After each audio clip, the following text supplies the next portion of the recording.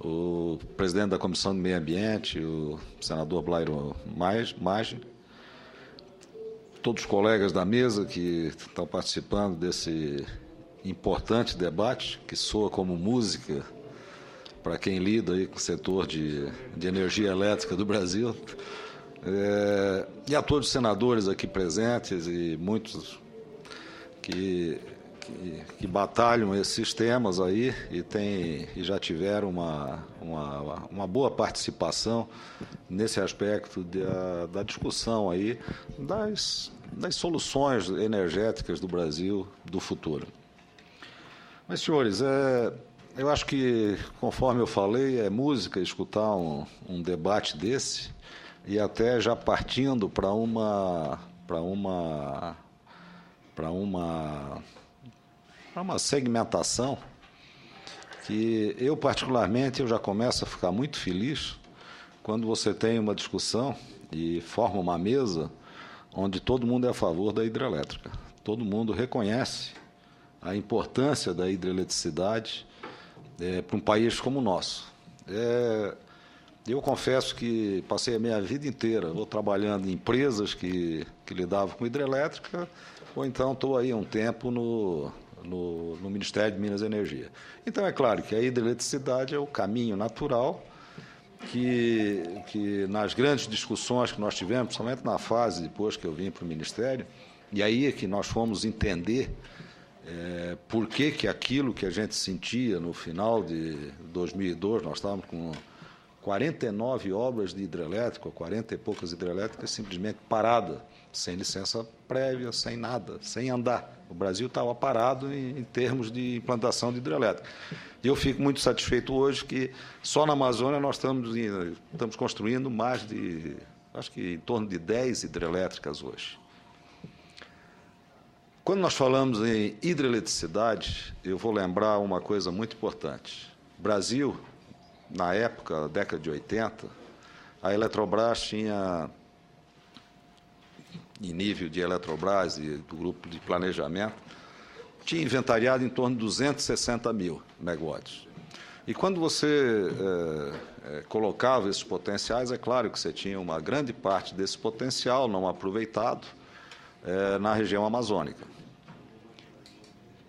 E, por outro lado, você começava a se assustar. Eu me lembro que quando nós víamos, quando você pegava o mapa da Amazônia e você identificava um queijo suíço, na verdade foi criado toda uma série de restrições em cima daqueles potenciais que nós tínhamos na Amazônia. Restrições do mais variado tipo. Ou foi criado terra indígena, foi criado floresta nacional, foi criado reservas extrativistas, uma série, estaduais, municipais, federais. Então, na verdade, o planejamento que foi tão citado aqui, ele passou a trabalhar com esse cenário. Nós tínhamos um queijo suíço na Amazônia, com relação a onde você vai explorar. Paralelo a isso, eu gostaria de citar um outro ponto que nós sentimos e muito forte, por exemplo. Em 2004, a rejeição que o ministro de Minas e Energia da época, que era presidente Dilma, enfrentou na Alemanha. Havia o conceito mundial de que só era renovável pequenas hidrelétricas. Isso era um conceito forte em 2004 na Europa. Aquilo que acho que o Gomide e o Bajai falaram, a rejeição. E era engraçado que a gente comentava, pô, mas que diabo... Você tem, na Alemanha, a exploração de 100%. Grande parte da rejeição vinha da Alemanha. Aí você tinha 80% da França, do potencial hidrelétrico, foi aproveitado. 100% da Alemanha, 60% dos Estados Unidos. E o Brasil tinha explorado só 20 e pouco e tinha virado...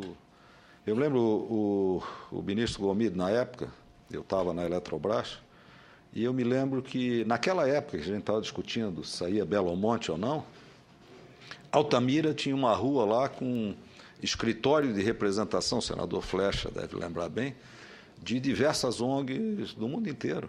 Ela ficou vários anos, porque Belo Monte era uma usina que ia sair. Então, tinha uma trava internacional tremenda. Por isso que eu comemoro.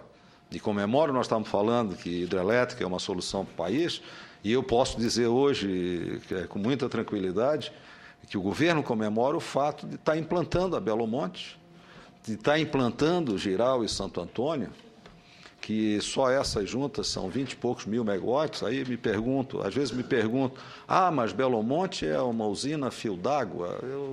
Primeiro eu vou na defesa da hidroeletricidade. Depois tem características de projeto. A Belo Monte foi,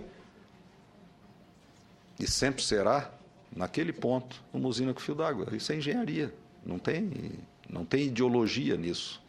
A única coisa que Belo Monte fez de diferente é que, em 93, o projeto antigo da Eletrobras era Cararaú-Babaquara. E, na verdade, Belo Monte era uma usina que inundava a aldeia Paquissamba, que tinha uma aldeia pequena, de 40 e poucos índios, inundava. E, como os senhores sabem, pela Constituição brasileira, não regulamentou ainda o artigo 231 com relação à ocupação em terra indígena, em 93 foi estudada aquela alternativa dos canais, e onde reduziu aquela usina de fio d'água que inundava 1.200 km², que não tinha reservatório de regularização ali, para um reservatório de 500 e poucos km², mantendo a mesma característica técnica da usina. Continuou fio d'água sem regularização, como era de projeto. É aquilo que foi falado aqui, no sentido de que ela é uma usina da ponta, que é fio d'água e sempre vai ser. É como Itaipu. Itaipu, muitas vezes, outro dia, eu tive uma discussão, porque teve um determinado senhor que me disse, mas como que você está dizendo que Itaipu é uma usina a fio d'água? É fio d'água. Foi falado aqui, o que está regularizado é lá, montante. Quando eu tenho a bacia do Paranaíba, do Grande, até nasce aqui, a do Paranaíba, aqui em Brasília, próximo a Brasília. Então, você imagina a área de drenagem que tem e a quantidade de reservatórios que foram construídos nessas duas grandes bacias, que é o melhor lugar para ter reservatório no Brasil, é a região sudeste, pelas características naturais que ela tem, e isso permite que Itaipu, apesar do volume de 29 bilhões de metros cúbicos, né, é uma usina a fio d'água, com baixa capacidade de regularização. Quando nós vamos para as usinas do Rio Madeira, o projeto antigo da Eletrobras era uma usina de 40 metros de queda, sem regularização nenhuma. Era um eixo só, ali em Porto Velho, e era 40 metros de queda. Sempre foi usina a fio d'água, ali não tinha... Só que tinha um problema, que na época não foi detectado. O Rio Madeira tem muito sedimento.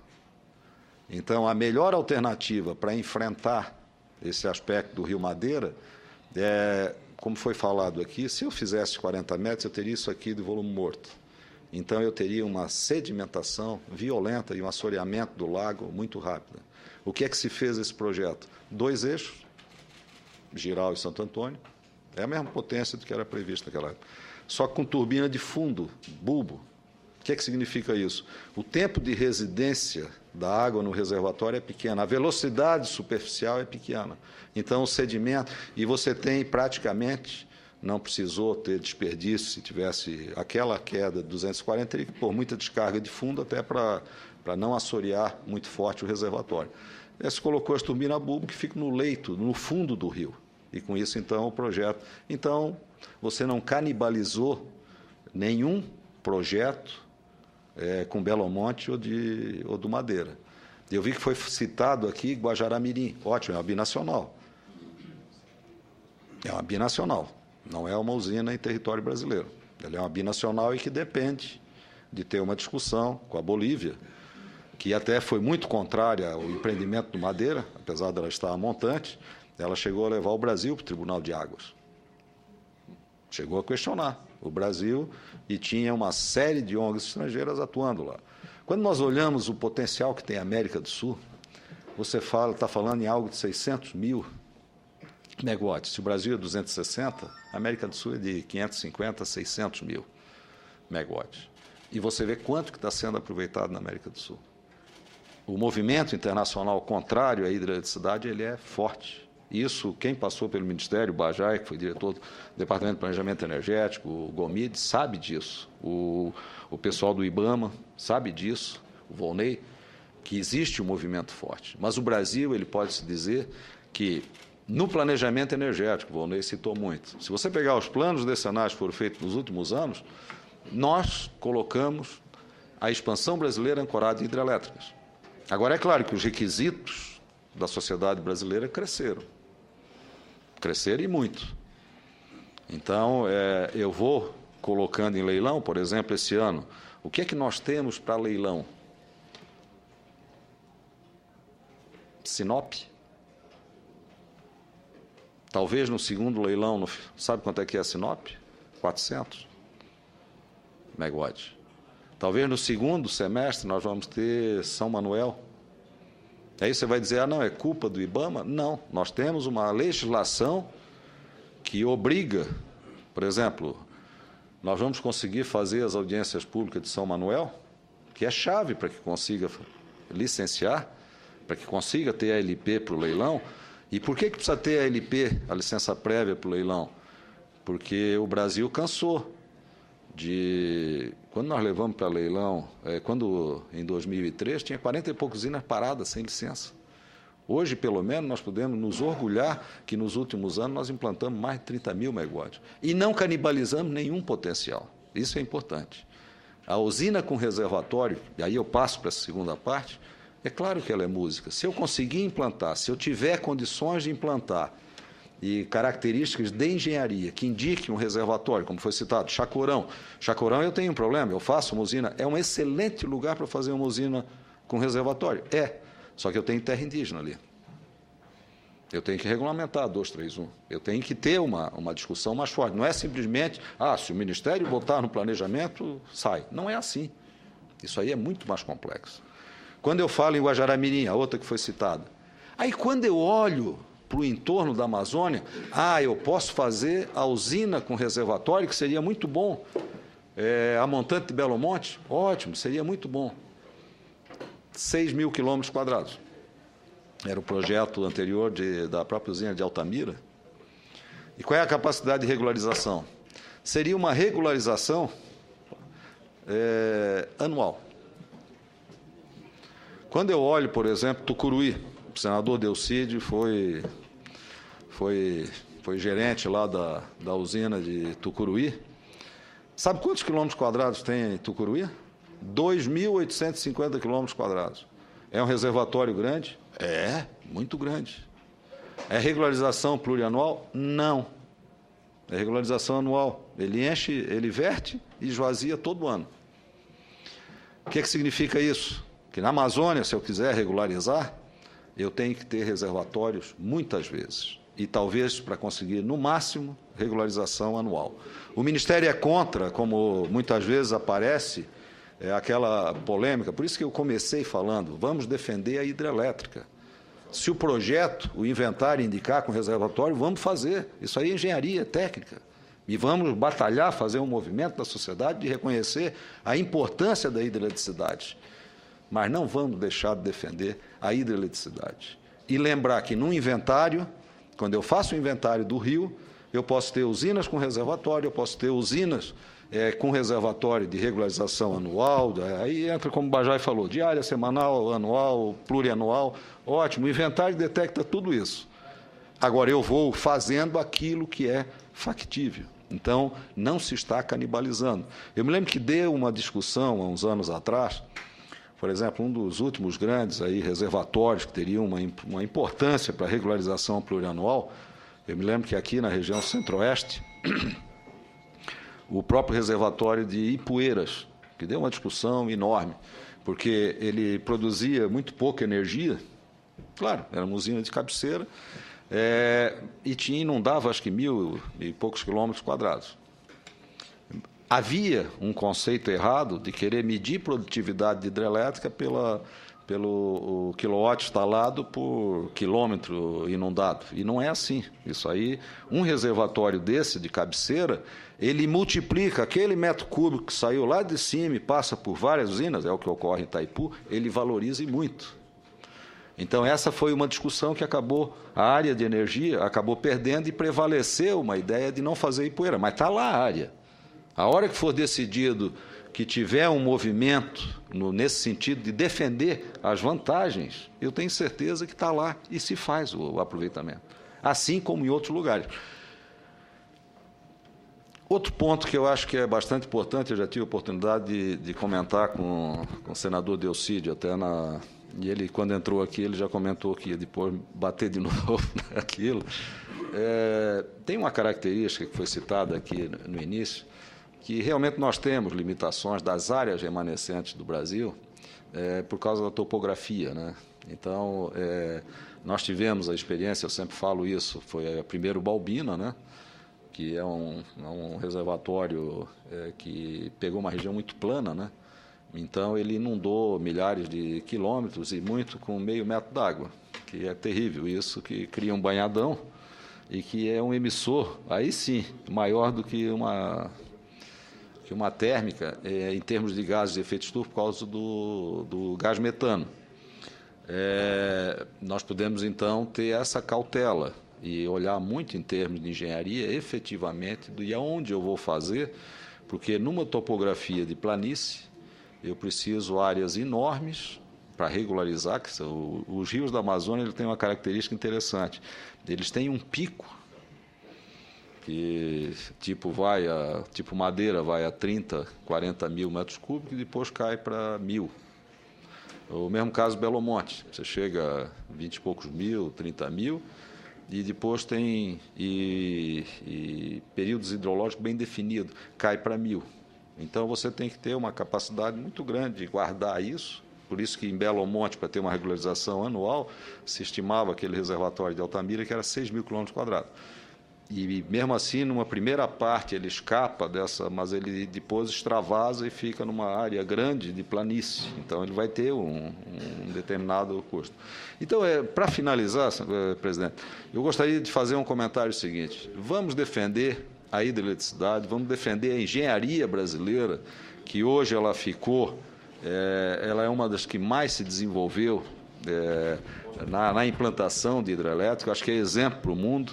O Brasil tem trabalhado de forma muito clara no planejamento energético de considerar que a melhor opção para a sociedade brasileira é a hidrelétrica e que seja aquela hidrelétrica que o projeto indique, dentro das boas técnicas que o Brasil desenvolveu ao longo do tempo, se a usina com uma maior capacidade ou menor capacidade de regularização e que nós possamos continuar implantando, já que nós vamos chegar em 100 mil megawatts aí de hidroeletricidade, que acho que estão em construção, e nós temos muito ainda o que fazer.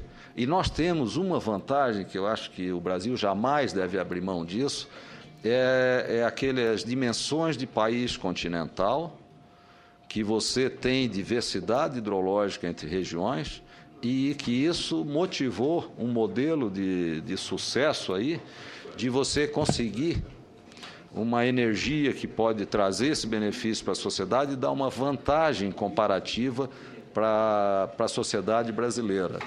E que consiga enfrentar e discutir seriamente esses aspectos do crescimento dos requisitos ambientais, e que não é fácil. Muitas vezes, a gente, ao longo do tempo, na própria convivência com o meio ambiente, nós tivemos muitas discussões.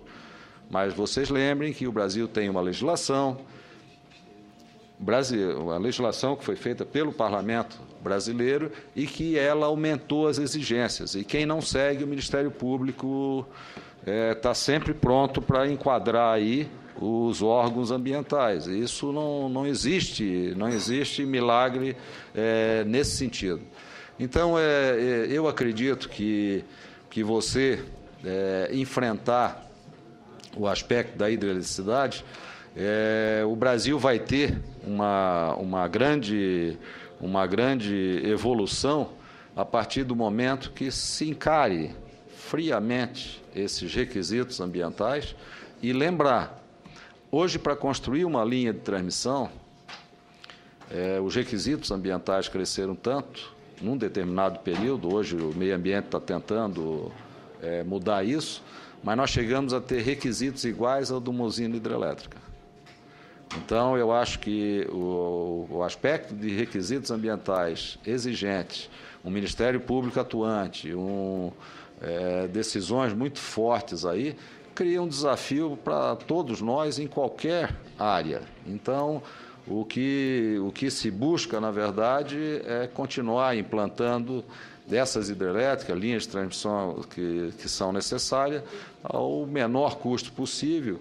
E só por comentar ainda que as soluções energéticas num país como o nosso, que você trabalha com necessidade de implantar nos próximos 15 anos alguma coisa da ordem de 100 a 120 mil megawatts. É tudo aquilo que o Brasil implantou desde o início da história da hidroeletricidade até agora. Nós estamos hoje com 120 mil megawatts e nós precisamos implantar 120 mil. E os desafios foram colocados aqui. Qualquer um que esteja sentado no planejamento energético, esteja sentado no Ministério, sabe que o desafio para um país e não é sonho de... Um país que tem um consumo per capita de 2.400 kWh ano, que é metade da África do Sul, o consumo per capita de energia, e que é 1/3 da Europa, 1/6 dos Estados Unidos, 1/4, 1/5 dos Estados Unidos, 1/6. Ele tem um desafio hercúleo. Que fontes ele vai contar para atingir? Já foi falado aqui, pensar que eu vou resolver tudo com eólica? Não. Eólica é uma fonte que é complementar, deve participar? Deve, mas é complementar, não pode ser carro-chefe de expansão. Ela é uma fonte que eu chamo rebelde, ela gera quando quer, não é quando você quer. Ela não tem constituições, que foi dito, de armazenar a energia. A solar vai evoluir no Brasil? Vai. Quando? É médio e longo prazo. Curto prazo? Não, não tem condições. Biomassa. Estamos com expectativa que volte a preços que possam comportar dentro do setor nesse próximo leilão. As inscrições aumentaram. Nuclear.